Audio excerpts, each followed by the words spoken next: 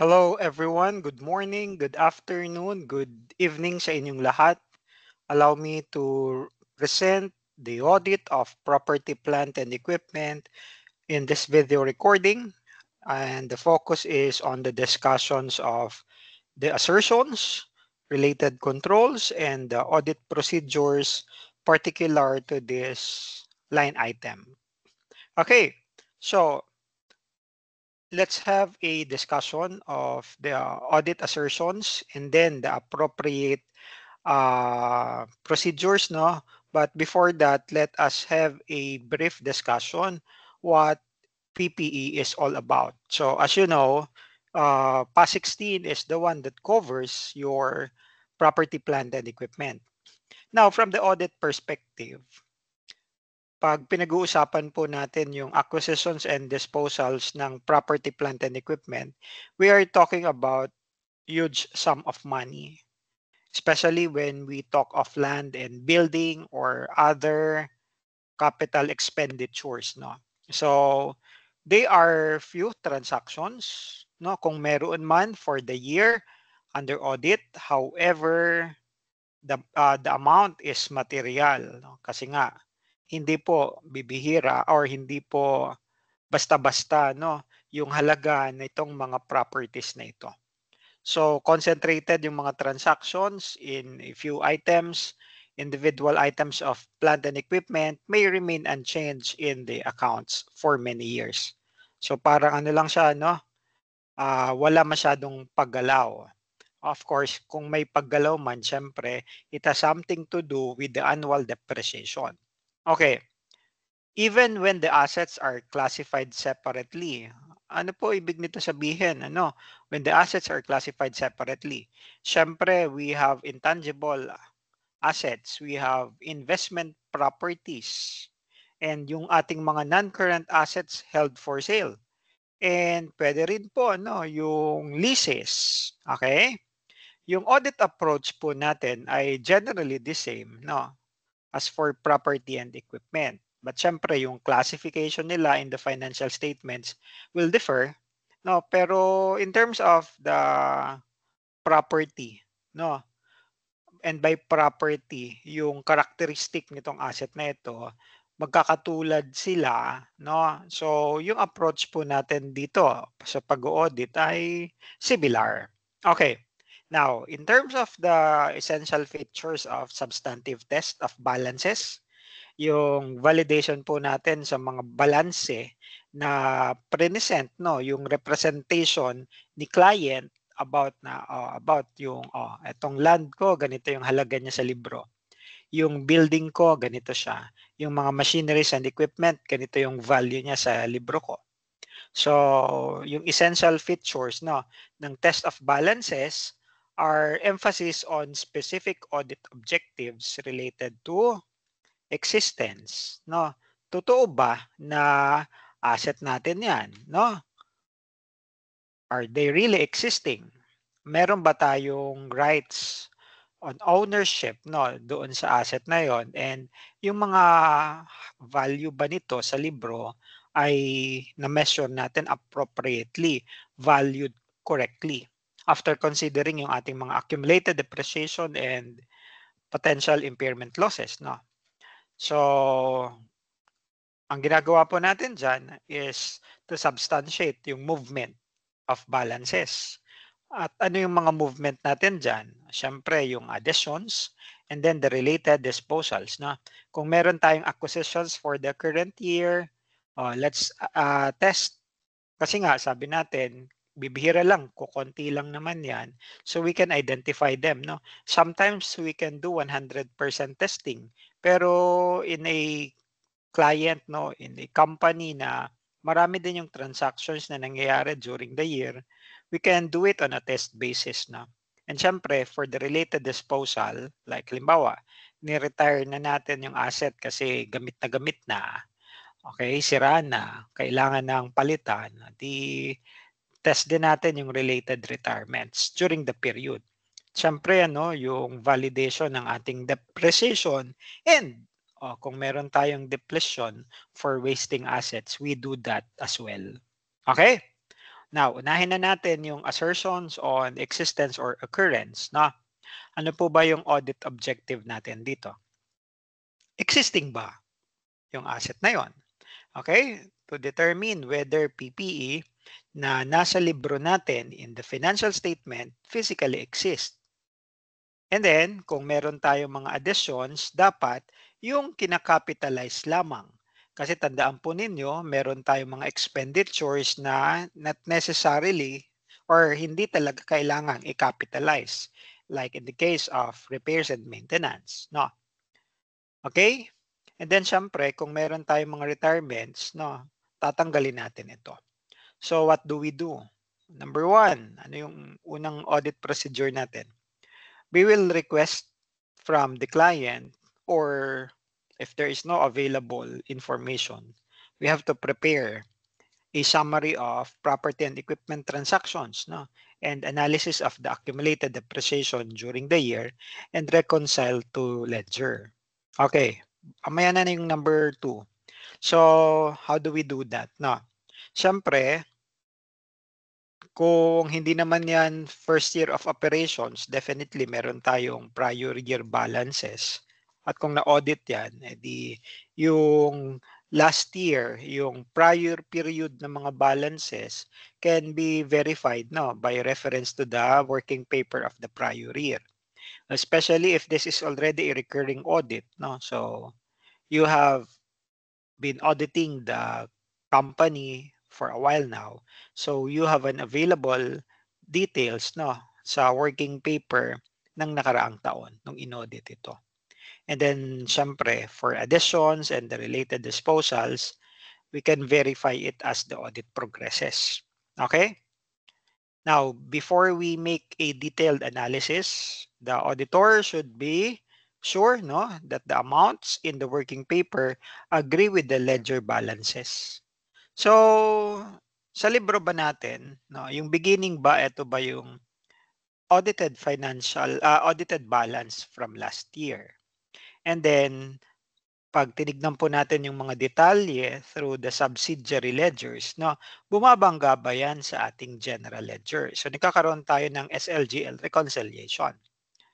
Although, syempre, yung testing natin ay nandoon sa mga detalye, nandoon sa subsidiary ledgers, yung ating SL. Kung meron man tayong subsequent na ipopropose na audit adjustment, it will also affect our general ledger kasi yung general ledger is a summary. Ito yung control account mo. Okay? Now, for number 2, no, this is about conducting physical inspection of major acquisitions of plant and equipment. Kung meron tayong inventory count, meron din tayong fixed asset count. No? Mas mabilis nga lang ito gawin. Yun nga lang, maaring kalat-kalat po yung ating mga fixed assets depending on the nature of the client's operation, on the client's business. Unlike pag inventory, ano, kung nasa warehouse lang lahat yan, edi nasa isang location lang yan. But fixed assets, it may be situated, located in different locations. And sometimes when you have to inspect the assets physically, it may take time. Baka hindi kaya ng isang araw. No, kailangan planuhin yung pagpunta, no. So this audit, no, is also helpful for the auditors, no, to gain working knowledge on the client's business operations. Mas maintindihan mo kasi ano, para saan ba ginagamit itong mga assets na ito. And also in interpreting the validity of the accounting entries both for the additions and retirement.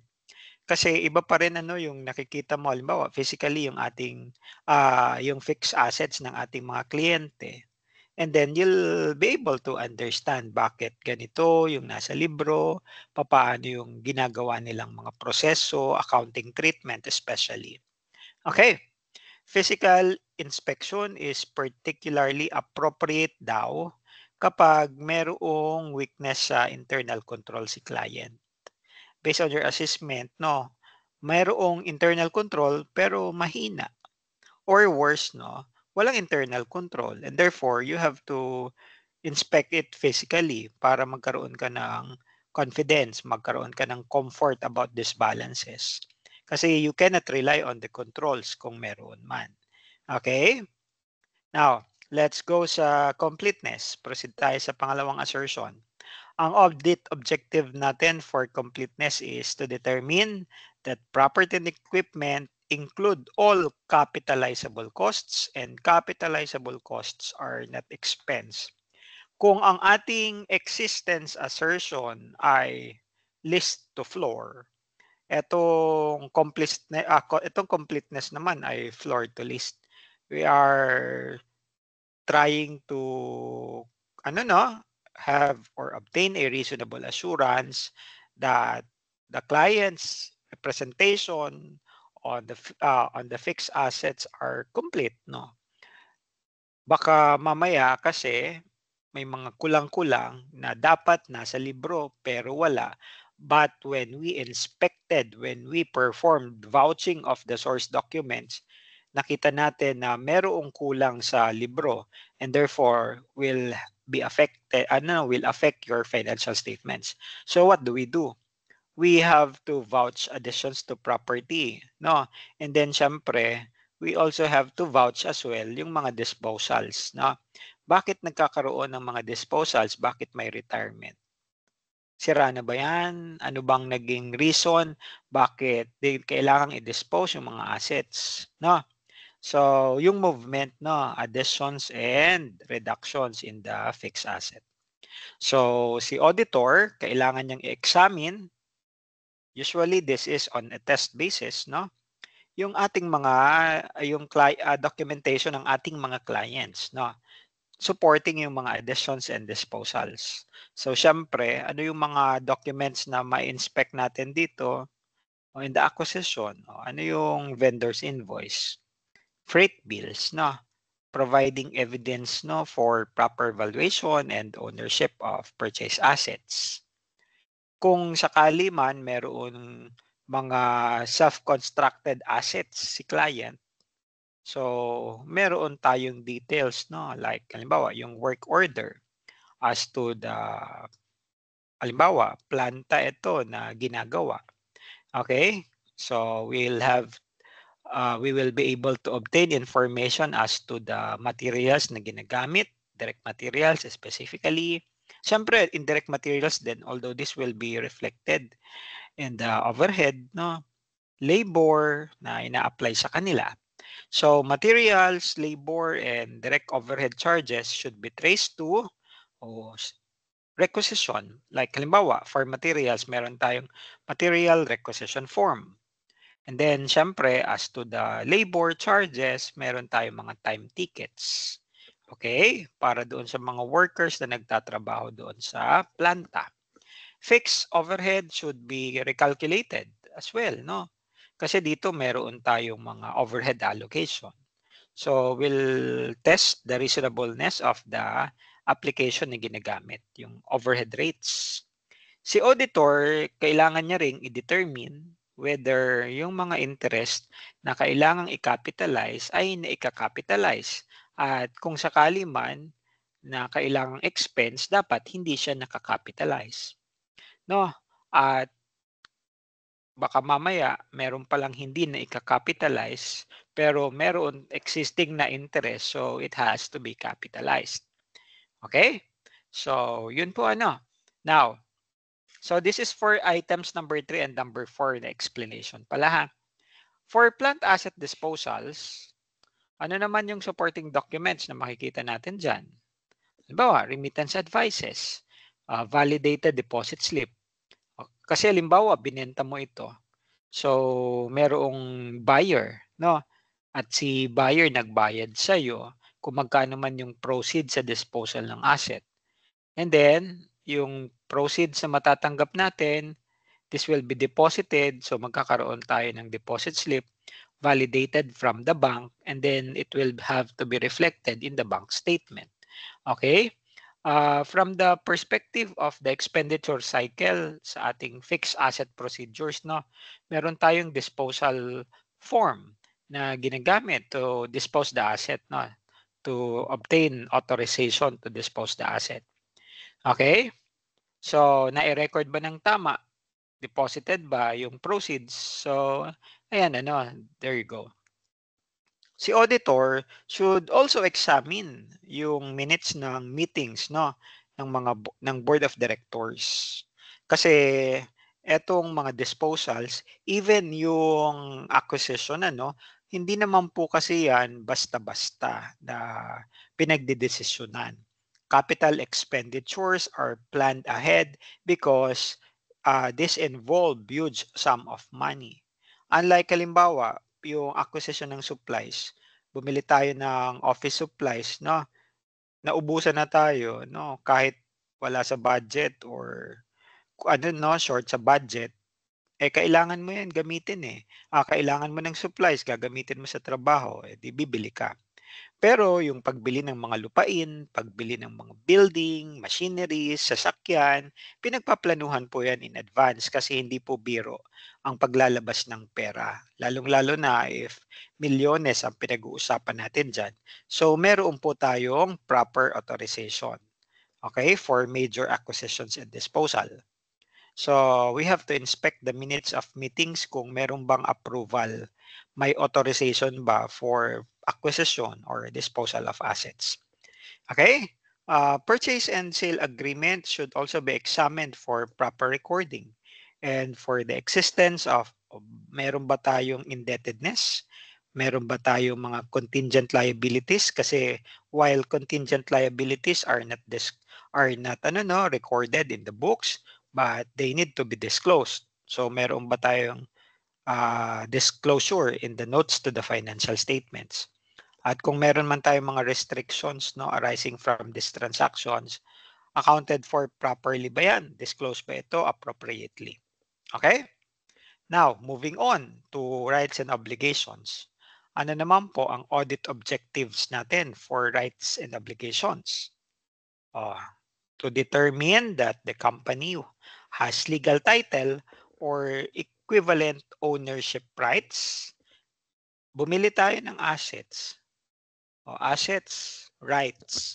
Meron ba tayong karapatan doon sa mga assets na yan? Naipasa ba yung titulo? Like halimbawa, for acquisition of real estate. So, meron bang transfer of title? Okay?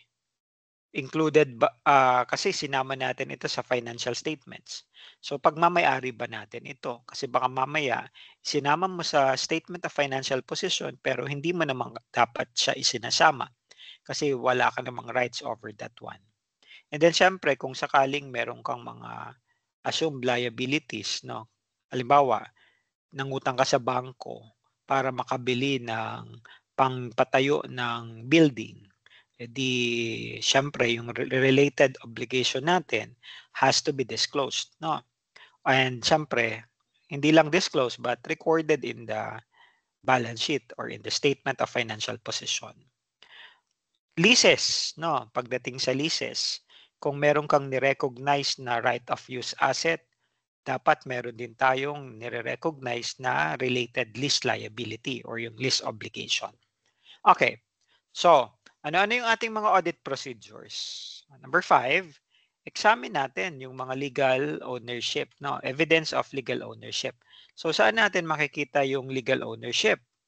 Okay, for halimbawa, acquisition of land, deeds, Deed of sale, meron bang transfer certificate of title, yung TCT, related insurance policies and property tax bills. Okay?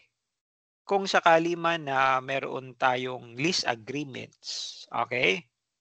So therefore, alimbawa, pasok siya under IFRS 16, leases.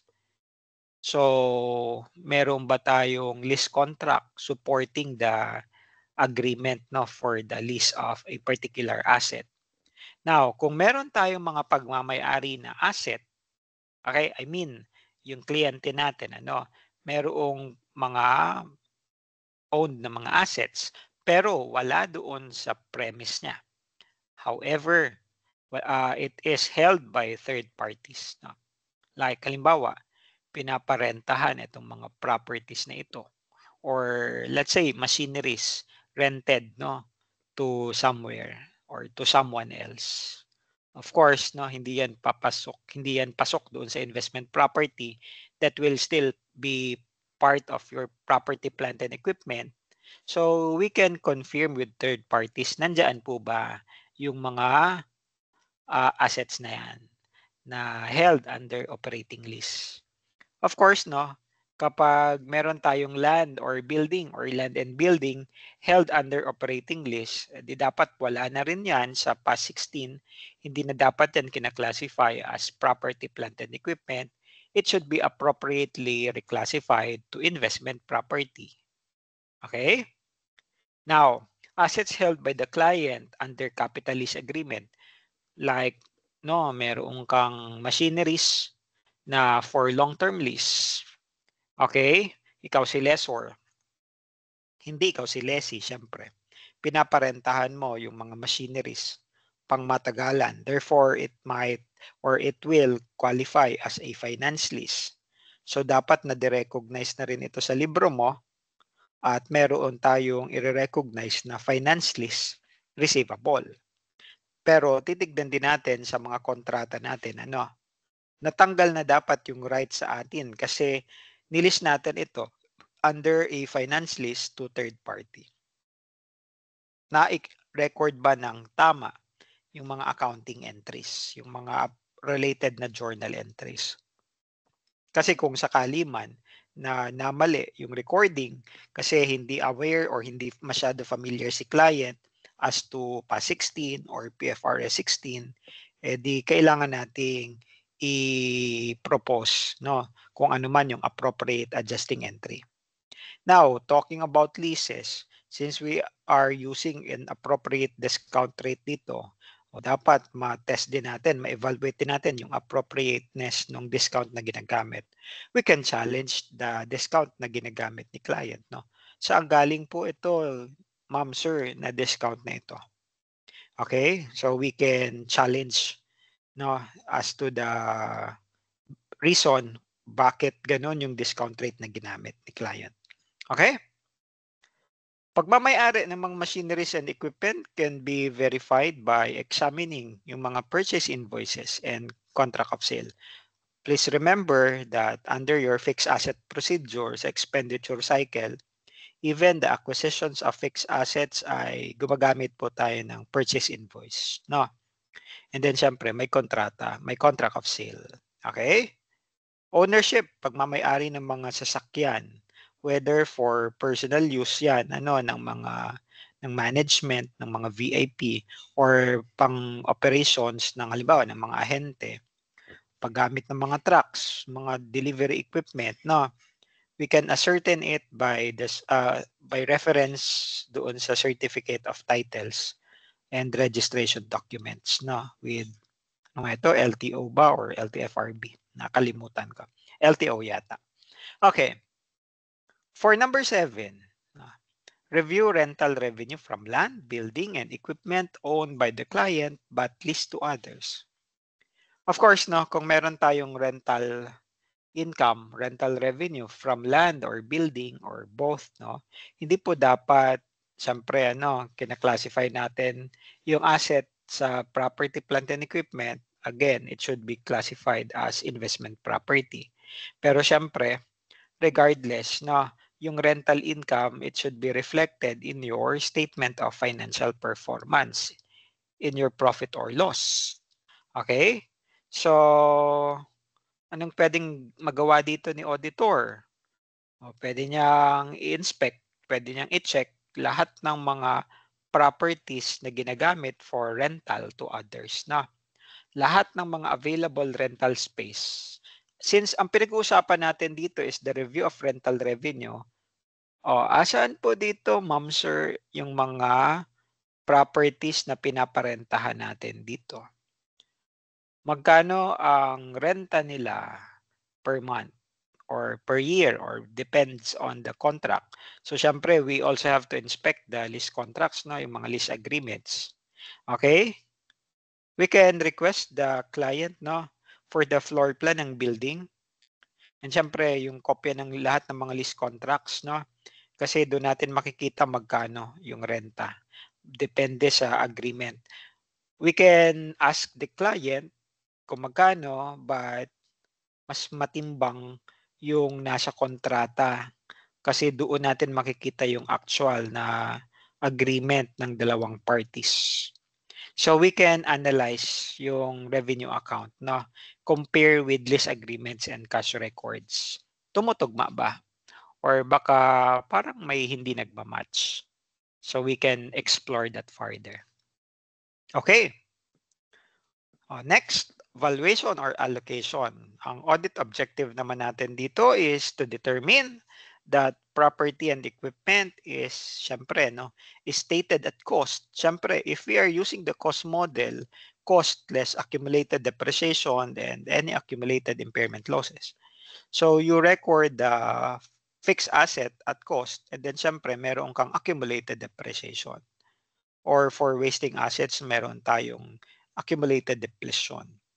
And syempre, yung depreciation method na ginagamit natin, dapat ina-apply natin or ni client consistently.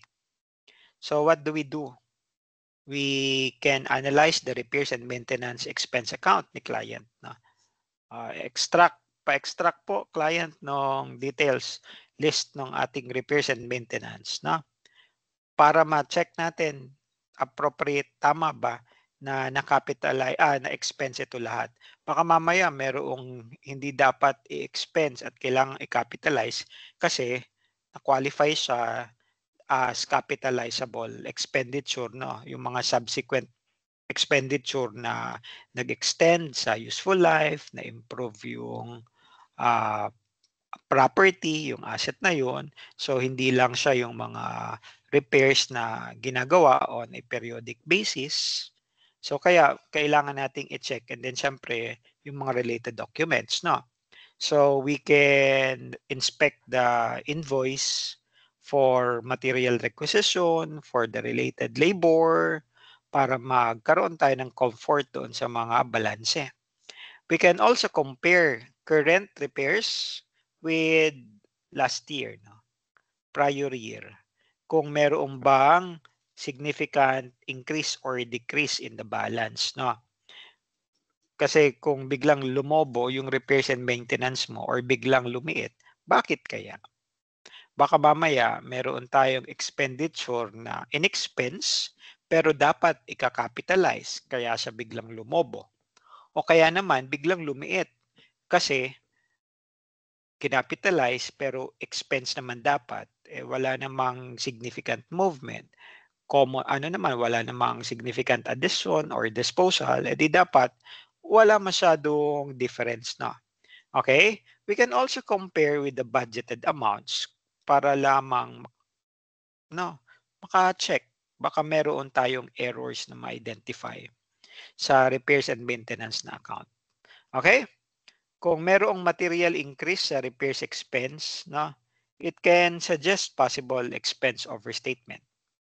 'Di ba? Yung prudence, we are trying to, syempre, kailangan maging conservative tayo, no? While mas mabuti na mag-overstate ka ng expense kaysa mag-overstate ka ng income. Pero we are also checking possible expense overstatement. Okay. Number 9, investigate status of property computed and equipment that in current use. Okay. So, kung meron tayong mga equipments, no, fixed assets na i-dispose kasi hindi na mapapakinabangan. Okay? Bakit siya hindi napapakinabangan na? Nasira na ba ito? Naging obsolete na ba yung property because of current technologies, no? Di dapat i-dispose na yan. Kung sakali mang ginagamit siya at hindi pa siya totally i-dispose, check natin. Baka mamaya kailangan nating i-impair and we have to write down the asset to their estimated net realizable value. Okay, to the recoverable amount.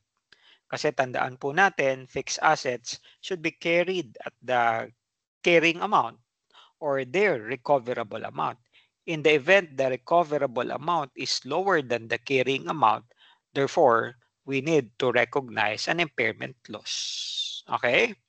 Now, pakitandaan po, when assets are temporarily idle, hindi pinapakinabangan for now, naka-hold siya. Hindi ibig sabihin na tigil ang ating depreciation. Tuloy-tuloy pa rin yung depreciation natin at the normal rates.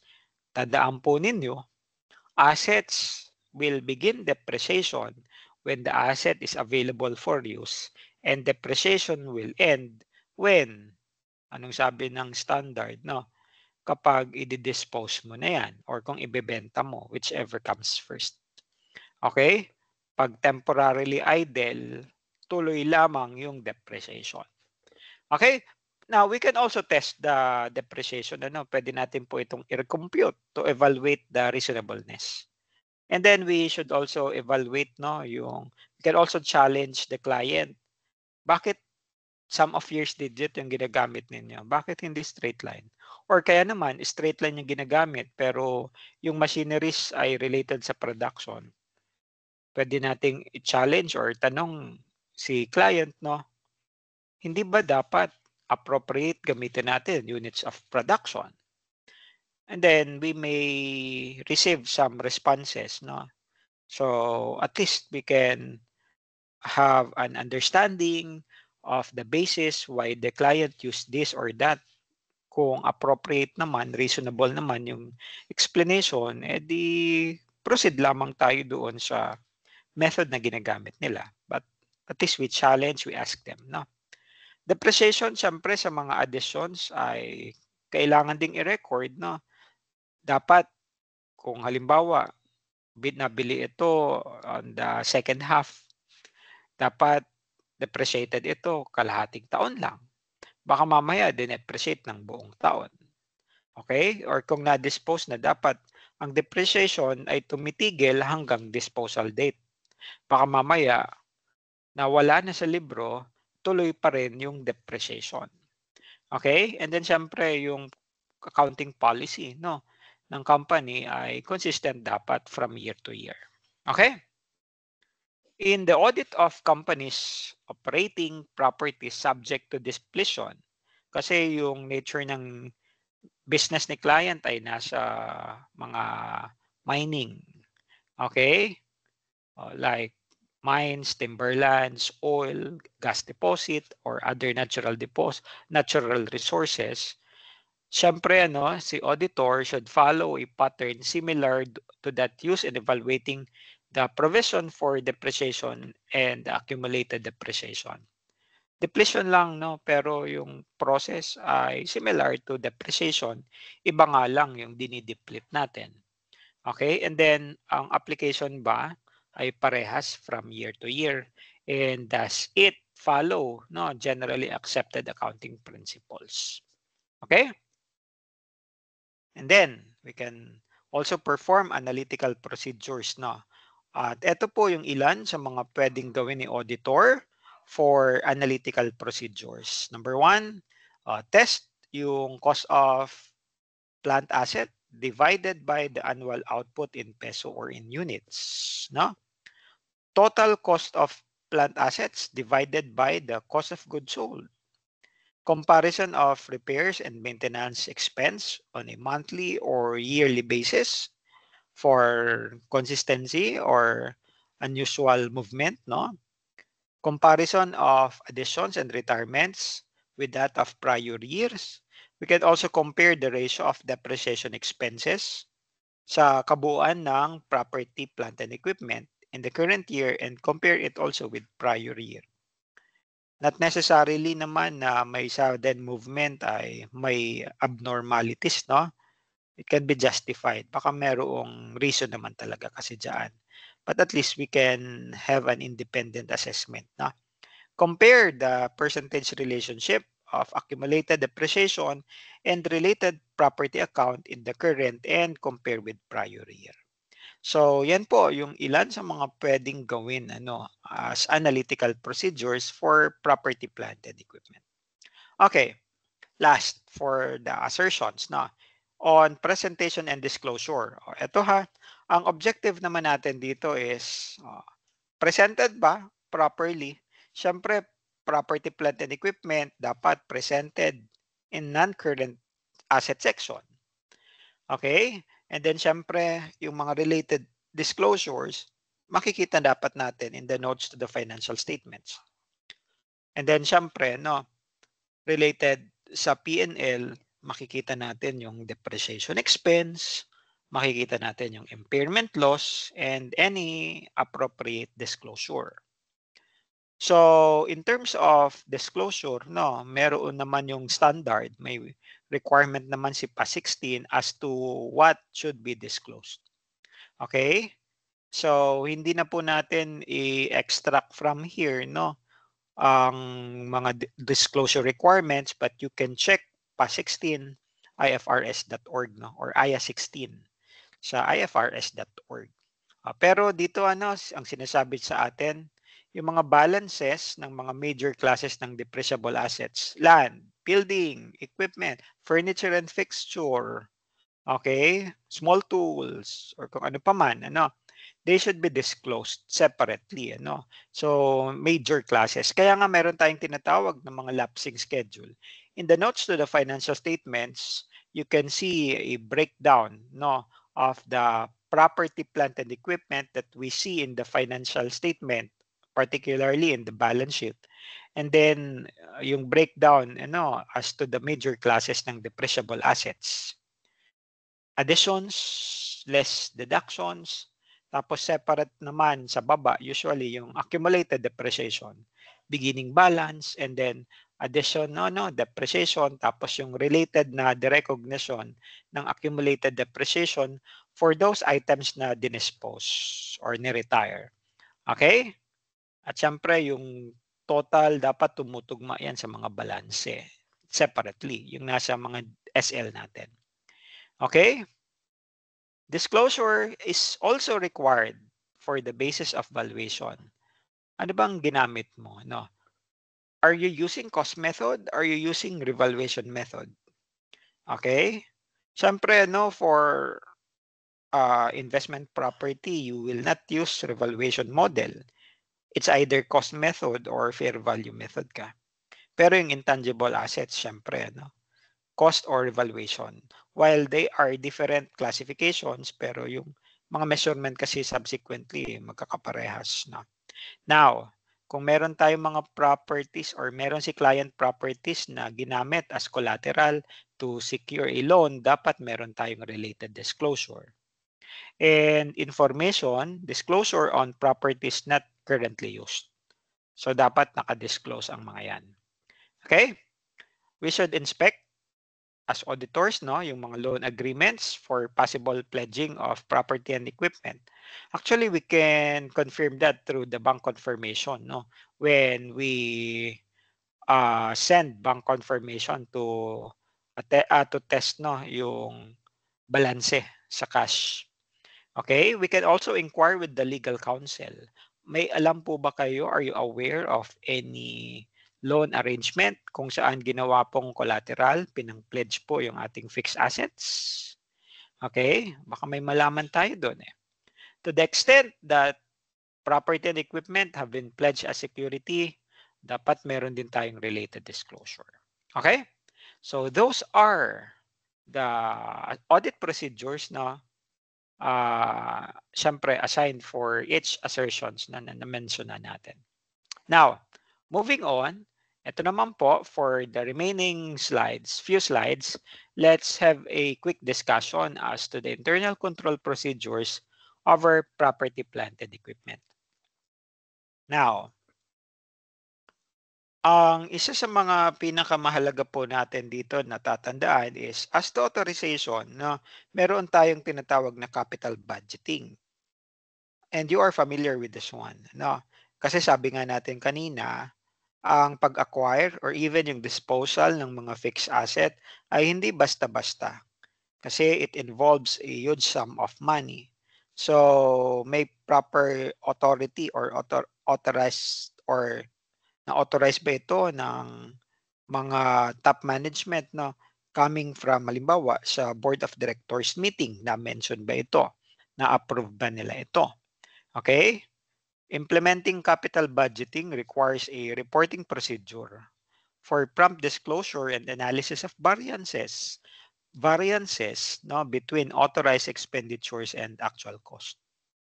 Okay? So, syempre, yes, meron po kaming capital budgeting pero dapat may formal reporting procedure para meron tayong data, may information tayo, no? As to accountability and the responsibility for proper usage and maintenance of assets. Usually, lalong-lalo na pag marami, and sometimes no, when we look at the total assets, the property and equipment will comprise a big chunk of the total assets. So pag ganyan, malaki masyado, material na material yung fixed asset as to the total assets, no?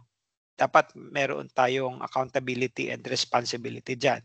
Usually, big companies assign a fixed asset custodian at meron tayong fixed asset accounting dyan to monitor proper usage and maintenance of assets. Kasi hindi biro-biro 'yan. Ano na, while in terms of theft, no, mas mahirap nakawin yung mga fixed assets. Lalong-lalo na pag mga ano 'yan, naka-mount 'yan ano at hindi siya basta-basta maitatago. Siyempre, maliban na lang sa mga cellphone, sa mga laptops, pero pag machineries, mga sasakyan, of course, yung sasakyan, makuha mo yung susi, no, madaling mailabas.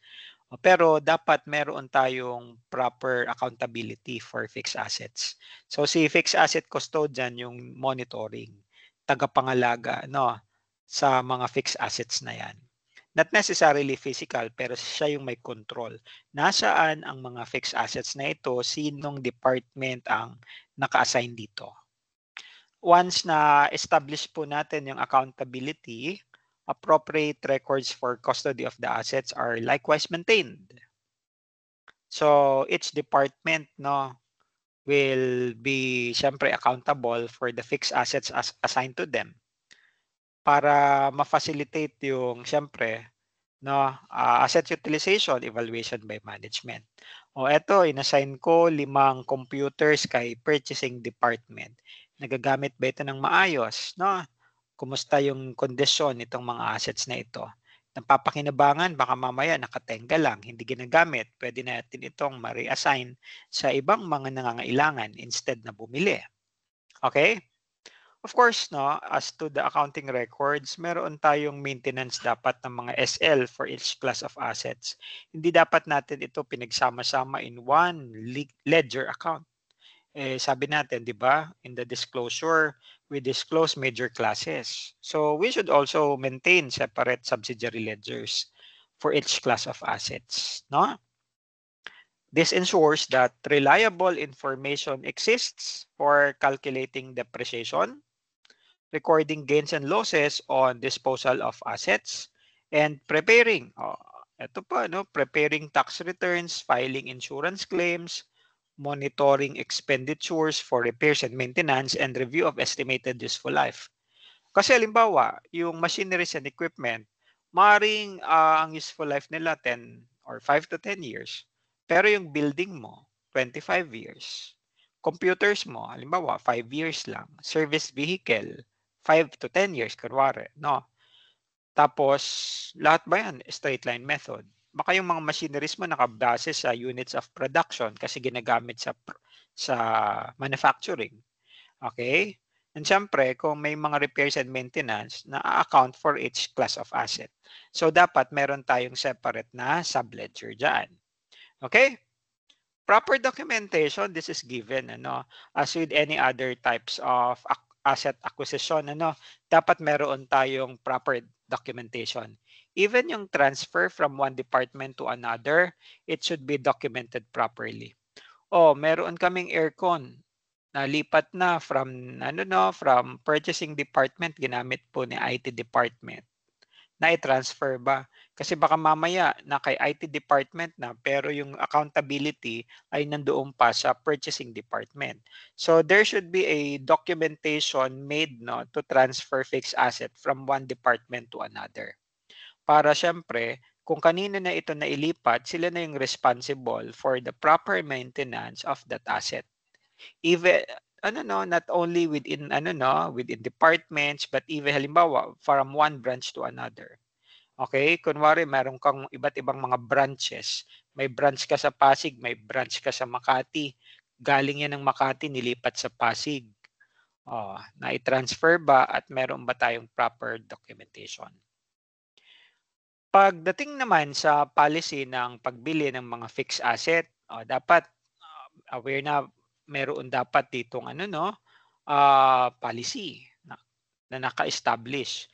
And that policy should follow the normal purchasing procedure. Bakit? While siyempre, fixed asset acquisition ay special case, no? Pero it also follows the normal purchasing procedure.